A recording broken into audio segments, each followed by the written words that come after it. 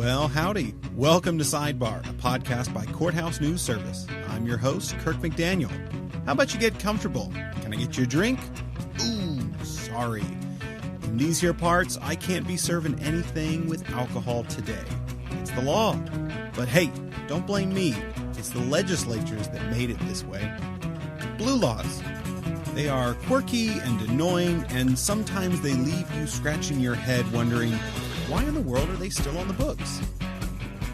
Reporter Nina Polano set out to better understand where these laws come from and the ways that they still impact our lives in the modern day. Restrictions on people's activities go beyond just dictating when they can and cannot get a drink. Get ready for a joyride through a legal antique shop. Let's just hope the lawman doesn't catch us. Step into Eris, a nightclub in Brooklyn, and you're in a small lounge with a few couches, some tables. Hanging from the ceiling is a big light fixture. Strings of little orbs dangle from a trellis, like an LED grapevine. Keep walking through heavy curtains to get to the bar and dance floor, which is small enough that I don't feel like I'm at a wedding venue, but high ceilings help it not feel cramped. Decor is eclectic, from potted plants to a skeleton wearing pink sequined bunny ears. Down the staircase, adorned with playing cards and Alice in Wonderland paraphernalia, you feel like you're going down the rabbit hole. It's another lounge, this one featuring velvet couches and throw pillows in an area called the Cuddle Puddle. No shoes allowed. Plus, there's another dance floor and DJ, and a hallway covered in glowing neon murals. It's cozy but vibrant, and if you want to party till the sun comes up, it's a great place to be for New Year's Eve. Say you're still there, shaking off the year and leaving your troubles on the dance floor when the clock strikes 4. Usually that's closing time in New York, but on this night, you don't have to go home and you can stay here, thanks to your party hosts and a temporary all-night permit from the State Liquor Authority. Well, that's usually the case. As revelers rang in 2023, the state refused to give out that special event permit because the Saturday night festivities would spill into Sunday, the one day a week that New York, like many other states, has additional restrictions on liquor sales. Those restrictions don't sit well with everyone. No, it's just not fair. It's you dangle this thing and then you take it away, and it's just yet another way of showing, ooh, we're the daddies, we have the power, and you have no choice but to comply. And we say no. Why? Because it's so antiquated. It makes absolutely no sense. And if anything, you as a city, you're losing out on money, because all of that money that gets put into our register, we pay taxes on. So not only do you make us suffer, you're kind of like biting your nose to spite your face, you know? Paulina Buckley, that's her stage name, a tribute to the late musician Jeff Buckley, is suing the state over the decision not to issue those extended licenses this past New Year's Eve. At her nightclub in Brooklyn, Eris Evolution, she wanted to host an all-night banger. When one party ends, another begins. The last New Year that we actually were able to do, so from like 5 a.m. to 5 p.m. was actually the Bubbles and Bass camp from the New York City burner scene. That's Burner as in Burning Man, the giant festival in the desert every year in Nevada. These guys are legendary on the playa. Their whole shtick is that they start at 5 a.m. and provide bass and champagne. So you can't throw that party, at any other given time, because that's the whole spiel. And it was really upsetting, because if not for the stupid law, we probably would have booked them and we would have had fun again at our venue. That stupid law, it's part of a class more commonly known as blue laws, or Sunday closing laws, or Lord's Day acts. They've been around for centuries and ban all kinds of commerce and activities. They were first established to make sure Sunday is truly a day of rest. So clearly, these are very much rooted in Christianity. To be fair, most of us are not likely to notice if the bars are still up and running after 4 on any night, even New Year's Eve, but early Americans were held to all sorts of rules on Sundays that really shaped the culture. Blue laws were established in colonial settlements. Their English origins may go back as far as the 13th century. Since the idea was to preserve Sunday as a day of rest and worship, they banned people from doing pretty much everything. Working, shopping, hunting, traveling, doing housework, any kind of public entertainment or sports, using birth control, wearing lace or precious metals, kissing your spouse, and definitely no partying. Punishments for violating blue laws were reportedly harsh. They escalated from fines to 3 hours in the stocks to public flogging and dismemberment or execution, although there's some suggestion that historical accounts of these drastic consequences may be exaggerated. The most draconian blue laws went out the window with the end of the colonial period, but restrictions on shopping, and in particular alcohol sales, stuck around. They gained steam during the temperance movement in the early 19th century and held on even after Prohibition ended in 1933. These laws have been chipped away at in the decades that followed, but most states still have some blue laws. When it comes to alcohol, that usually means setting time limits for Sunday sales, so nothing before noon or 10 a.m. These days, restrictions on buying automobiles are still somewhat popular too. Car dealerships can't open on Sundays in 13 states, including Colorado, Illinois, Louisiana, Minnesota, New Jersey, Pennsylvania, Wisconsin. Some blue laws still in play are a little more obscure. On Sundays in Pennsylvania, you can only hunt foxes, crows, and coyotes. Connecticut and West Virginia also have Sunday restrictions on hunting. In New York, until 2021, it was illegal for barbers to work on Sundays. The law was struck down by former Governor Andrew Cuomo.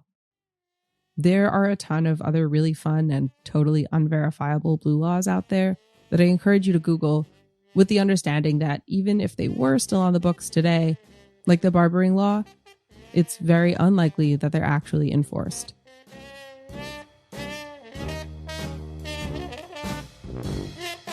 A haircut illegal on a Sunday?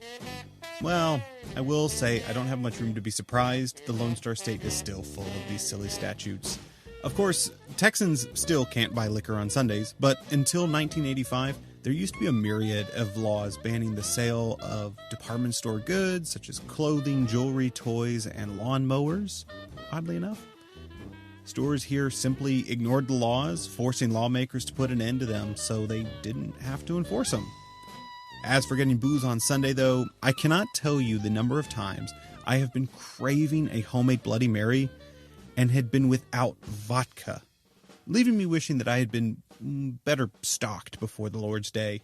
Yeah, vodka's a pretty central ingredient for a Bloody Mary, I would say. There's this whole debate among people anywhere you go, and I'm sure it's like this in other states. That's, you just why do we still have these laws? They just feel so silly.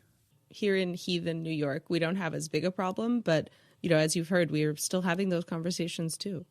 I see. That's the other thing that just amazes me about this whole story is that depending, on where you live, no one was really immune from the blue law. In New York, at least since I've been legal drinking age, it hasn't come up too much. But, even in the last few years, there have been changes. They raised that time on Sundays, at least for on-premises drinking, from noon to 10 a.m. So kind of inching toward Sunday being on par with the rest of the week, but still not quite getting there.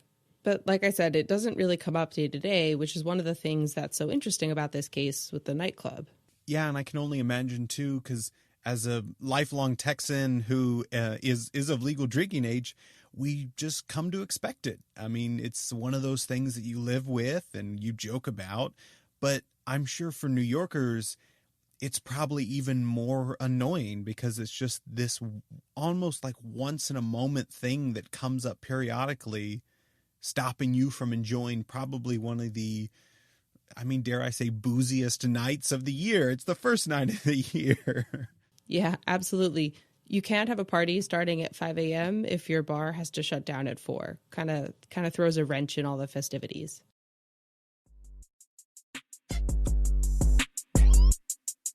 You can count on New Year's Eve to fill up the dance floor. But the Eris court battle isn't just about keeping the party going all night once a year. It's taking a stand against laws that were founded in order to accommodate and even impose the practices of a particular faith. Don't push it on anybody. Practice whatever religion you want. You can believe in the flying spaghetti monster, but just don't project this shit on me. You know what I mean? So, and then you give the people of New York this fabulous thing that they can apply for every year. Hey guys, we'll be nice to you. One day a year, you're allowed to party it up and have fun. But once every 7 years, we're going to take it away from you because it's Lord's Day. What? First of all, Lord is probably going to be on board with partying. I mean, the guy turned water into wine. Let's start with that. And then, look, it's not fair. Why? Who suffers from this? Name me one person who's like, I need this day. I need once every 7 years that everything's quiet. Nobody needs that. It's New York. Come on. Paulina brought the federal lawsuit last year against the head of the New York State Liquor Authority. The idea was to do away with the state's Sunday exception before New Year's Eve came around. But in November, Judge Frederick Block denied a preliminary injunction. Eris now has a pending amended complaint. But here's the thing. Judge Block actually said outright at a recent hearing that he agrees the law is silly. He told the plaintiff, quote, "I'm on your side, but the Supreme Court doesn't seem to be." The judge, who's 88 years old and has been on the bench in Brooklyn since 1994, said he'd overruled the Supreme Court if he had the power. He even took a straw poll of the attorneys for the state, asking if they agreed with him. They declined to play along, and when I reached out to the Liquor Authority, they said, "The SLA cannot comment on pending litigation. Additionally, with regard to your question about the law limiting issuance of such permits to weekdays, the SLA is not in a position to comment on the legislative intent of the statute."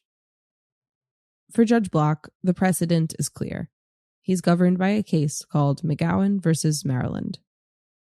It was decided in 1961 after a department store was convicted and fined for selling, on a Sunday, a loose leaf binder, can of floor wax, stapler, staples, and a toy. Maryland at that time had banned the sale of everything but necessities like milk, bread, fruit, medicine, confectionaries, gotta have our sweets, plus tobacco products, gasoline, oils and greases, and newspapers. The Supreme Court ruled that even though blue laws were intended to preserve the Christian faith, by now, most of them are secular in character, and it's constitutional for states to set aside a day of rest and recreation in order to improve their citizens' quote, health, safety, recreation, and general well-being. It's about the positive effect on society, but that reasoning just doesn't cut it for Eris evolution. They say it doesn't make sense when it's applied to stopping liquor sales for a few hours every time New Year's Day falls on a Sunday. Here's the civil rights attorney representing Eris, Jonathan Corbett. I've been a little disappointed at the speed at which the court has been willing to dive beneath the surface and to see that there is this, that the secular purpose is really a sham, that it's just a facade. And even those original Supreme Court cases do require the government to demonstrate their purpose, not just to allege it, but to actually go through why they really need it. And I'm working to convince the court to do the same here. Working might be the key word. Were this case to make it to the high court, the battle would continue uphill. They have all sorts of ways that they were willing to excuse these blue laws. And, you know, with the current composition of the Supreme Court, who knows which ways they might find to justify or excuse these laws. Precedent is there, but Jonathan wants a fight. He wants discovery, and he wants the state to explain what's going to be improved by keeping this law in place. You know, it's kind of surprising in New York in 2023 that there are still some of these old laws on the books that don't seem to have any reason or purpose. No one seems to really want them anymore. I'm not sure that there's anyone advocating for this law. And they're just there because they've never been challenged. This one, perhaps because it only takes effect on New Year's Eve once every 7 years. That said, I think it's still important. I think that these laws that are establishing religion should be taken off the record, whether they're impacting people on a daily basis or just rarely or you know, how big or small. As for any argument that employees are getting a day of rest, Jonathan says that doesn't really fit here either. I see New Year's Eve as being a way for people that work in that industry to make a lot of money. That's a night where typically a bartender might walk out with $1,000. So it's not as if the government is saving anyone from work that they don't want to do here. In other contexts, maybe that could be the case, and maybe that would be a winning argument. It's just here, this is such a far-fetched argument. Some legal scholars agree that it's time to do away with blue laws altogether. Professor Ira Robbins from American University's Washington College of Law published a paper last year called The Obsolescence of Blue Laws in the 21st Century. He writes, while at one time they might have aligned with societal values or served a practical secular purpose, such as providing workers with a day of rest, modern society renders blue laws obsolete and nonsensical.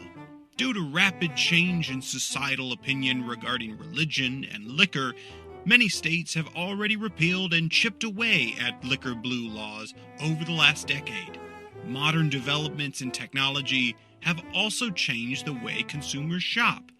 Consequently, Sunday closing laws do not effectively curb Sunday commerce, but instead assure that brick-and-mortar shops and automobile lots unfairly bear the burden of these restrictions. While blue laws have previously survived First and 14th Amendment challenges, they have become increasingly constitutionally suspect, as they are riddled with exceptions urged by special interest groups. Moreover, federal regulatory schemes more effectively accomplish the secular goals of blue laws. There's another reason Professor Robbins says it's time for states to repeal blue laws across the board. It's called the doctrine of desuetude.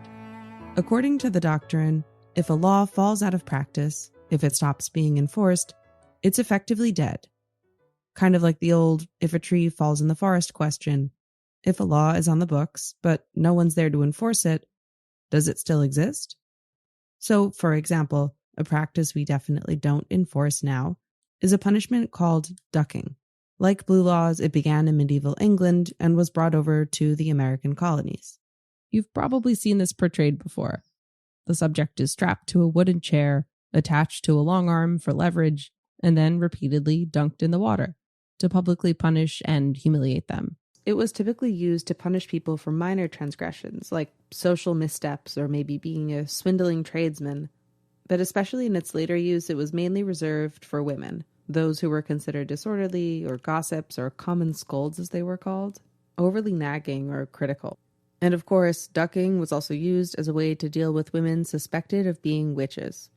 We have found the witch, may we burn her? If the suspect drowned, she was cleared and saved a seat in heaven. If she confessed to being a witch, she was burned at the stake. It's a fair cop.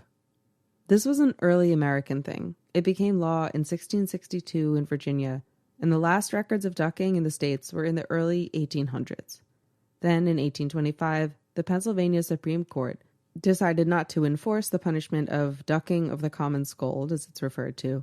It applied this doctrine of desuetude, and it found that, quote, total disuse of any civil institution for ages past may afford just and rational objections against disrespected and supinated ordinances. Translation, use it or lose it. In other cases, remnants of these special punishments for women who misbehaved stayed in the record long after they fell out of practice. In New Jersey, being a common scold was technically still a common law offense until 1972, when it was struck down by a circuit judge who found it discriminated against women and could be considered corporal punishment. Plus, disorderly conduct laws already had it covered. Obviously, we weren't still ducking scolds into the days of the civil rights movement, and I don't know about you, but no one's ever stopped me from getting my hair cut on a Sunday. So if we barely even notice these puritanical laws, does it matter if they stay in effect? For folks like Polina and Jonathan, it really does. In fact, having a good time is all about brushing off the rules. This is an outlet where you can actually be yourself. You go to work, you're supposed to play one part. You're at home with your neighbors and your community. This is where you let go.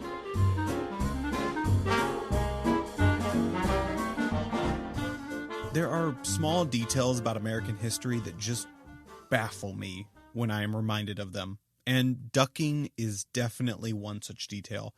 It also is just so silly to imagine someone who is trusted to administer the law as being like, yep, we're going to dunk you in the water. Makes me kind of think twice about those carnival dunk tanks. Yeah, I mean, hearing about something like ducking, it's sort of like equal parts horrifying and just pure slapstick, which is, why like Monty Python played off of that as a punishment. It's interesting, too, in the early days, ducking was used more frequently for both men and women. It was actually called cucking, which is not from the root word you're thinking of. It comes from cucking stool, which is a term in Middle English for commode, because that's what they were fashioned out of. So it was literally like making someone sit on a toilet while they were carted around town. So however you take that, it was a little more egalitarian, but later on it seems to have morphed into punishment for mouthy women. Speaking of the origin of terms, by the way, no one really knows where the term blue law came from. One theory is that it refers to blue-nosed, which means sort of proper or puritanical. I think the leading theory is that these early laws in Connecticut were written on blue paper, but there haven't been any copies of that, produced to prove it. It's less likely, but there's also an idea that there's some relation to blue comedy, kind of like, raunchy behavior being the link. It's probably not that one, but it's a fun connection. It's just kind of amazing how these laws morphed and evolved to it saying that, this is the state's idea of what is a moral activity and what you should morally be doing. We don't duck witches these days. We don't persecute witches. If you want to practice witchcraft, that's your right. And so I think, what has morphed and what has changed is kind of exactly the question here. In some ways, the Brooklyn lawsuit is sort of a check-in. It's 2023. It's sort of checking the state government on where it's gone with these, where does it want to go, kind of asking the state to answer for this law. Are you going to fight to keep this on the books, or is it time to roll over and do something different? And the legislature may, before this case is resolved, decide to do away with this. But I think it's an interesting legal argument, First Amendment argument, and to take it on in the courts at this time, and obviously, also challenging this decades-old Supreme Court precedent, I think it'll be a neat one to follow and see where it winds up. Well, you took us to the club earlier. I think it's about time you take us to work. All right, let's do it.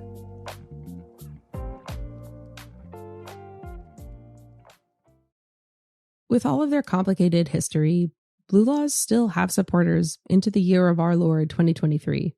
The more rigid blue laws that are still around today may have more to do with keeping traditions alive in communities that have just agreed to keep things chill on Sundays, like Bergen County, New Jersey. With its ban on Sunday shopping.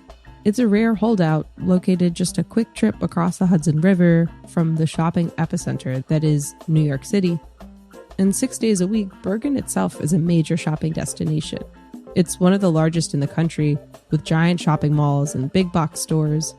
The Garden State Plaza alone, New Jersey's biggest mall, draws 20 million shoppers each year.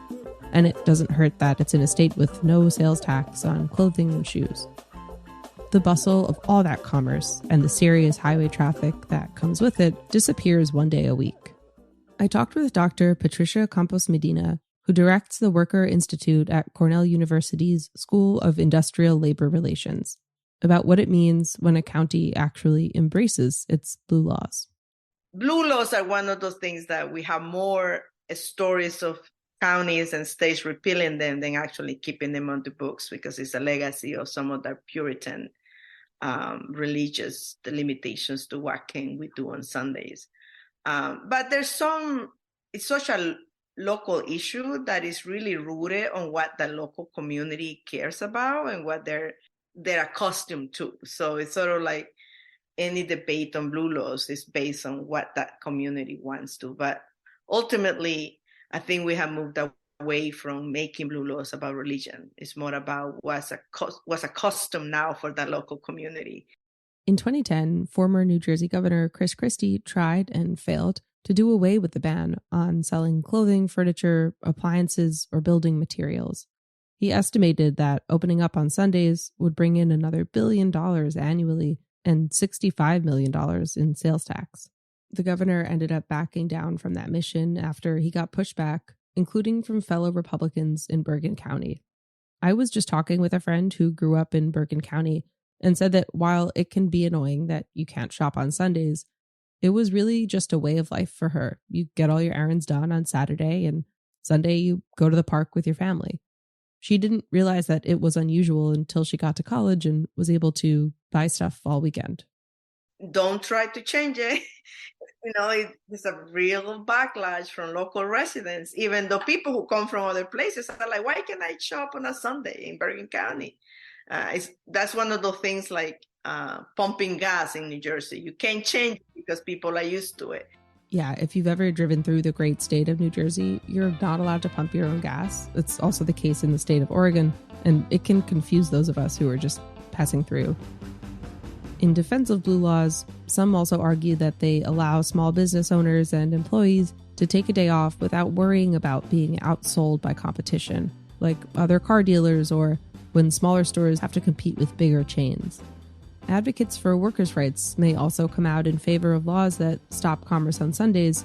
As some unions see it, repeal the law and you're losing your right to a day off. It's something that some unions and some workers still prefer because that means that they get that day off. It's guaranteed that you won't show up to do that.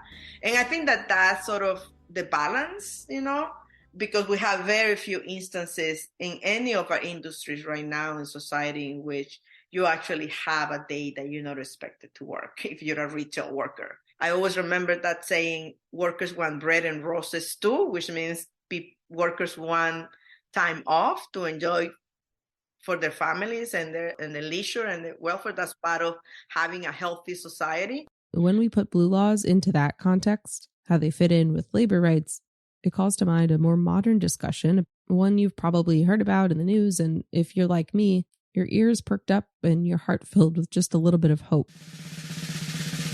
The 4-day work week. A recent study out of the United Kingdom raised the perennial conversation about swapping out one day of labor with a day to ourselves.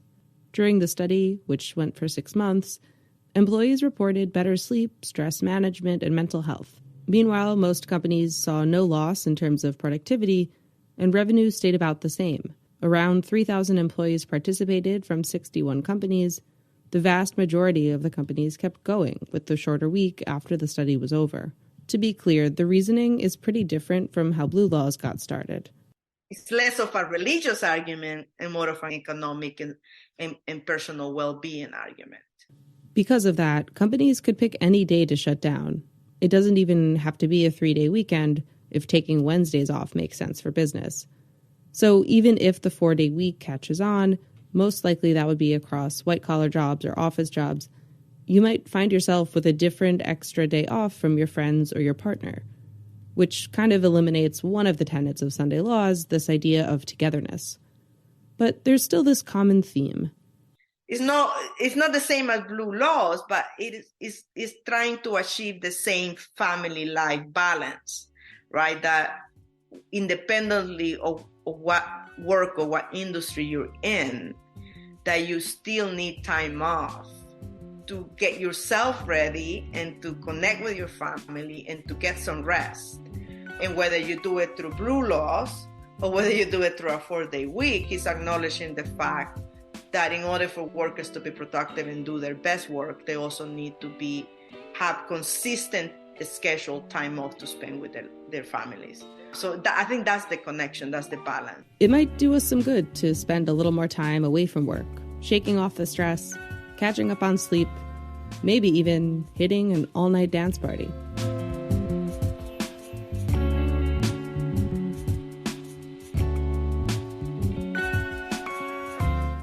Imagine it, a 4-day work week.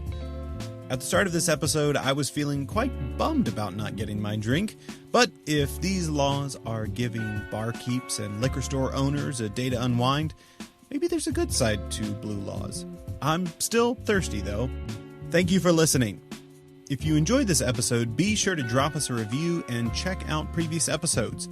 Follow us on Twitter at SidebarCNS and visit us at courthousenews.com for all your legal and legal-adjacent news. In our next episode, can judges take a joke? We look into parody law and when comedy and the courts are intertwined. See ya.